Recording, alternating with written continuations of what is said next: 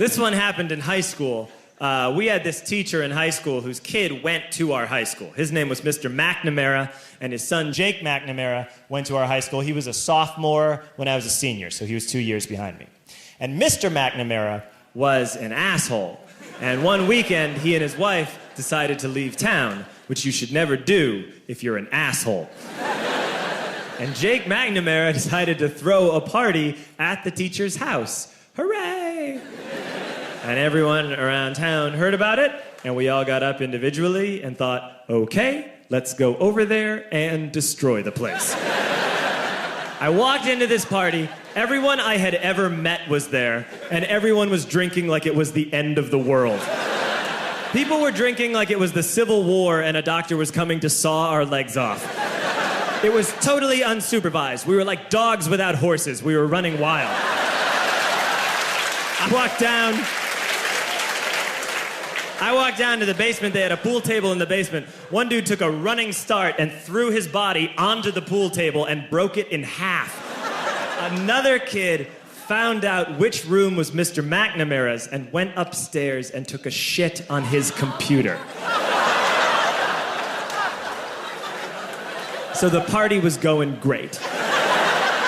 I'm standing in the basement and I'm holding a red cup. You've seen movies. And I'm standing there and I'm holding a red cup and I'm starting to black out. And I guess someone said like, something, something, police.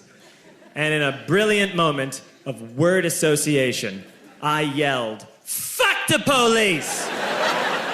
Fuck the police!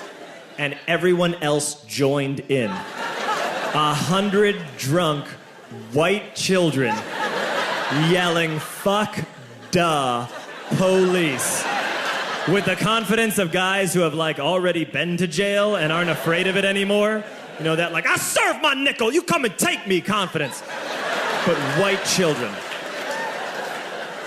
The reason someone had said something, something, police was because the police were there.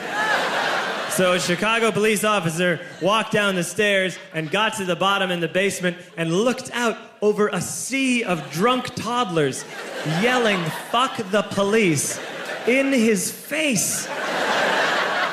And he was almost impressed. He was like, wow. And then he leaned into his walkie-talkie and went, get the paddy wagon. And my friend John, who is now a father, this man now has a baby, he grabbed a 40, smashed it on the ground, and yelled, scatter! And everyone ran in a different direction.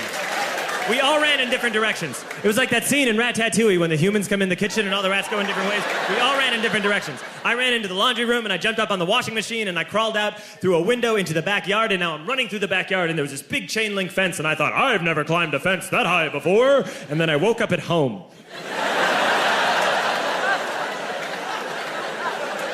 On Monday, I went to school because that's what we did back then. And I'm walking into the school building, and who do I see but Jake McNamara? And he says to me, hey, were you at my party on Saturday? And I said, no. You know, like a liar. And he said things got really out of hand. Someone broke the pool table. Someone took a shit on my dad's computer. But the worst thing, he says, the worst thing is that someone stole these old antique photos of my grandmother, and my parents are freaking out about it. And I had that thought that only blackout drunks and Steve Urkel can have.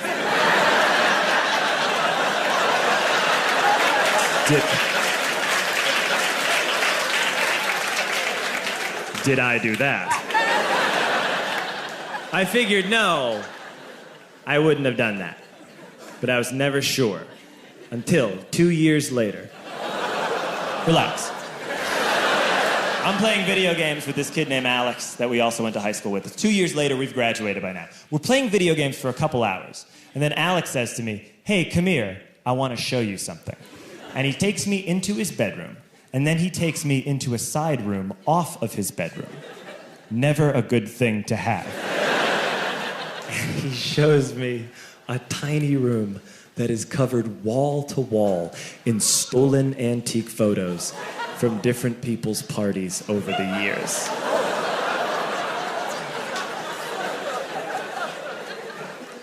And I said, why? Why do you do this? And Alex said, because it's the one thing you can't replace.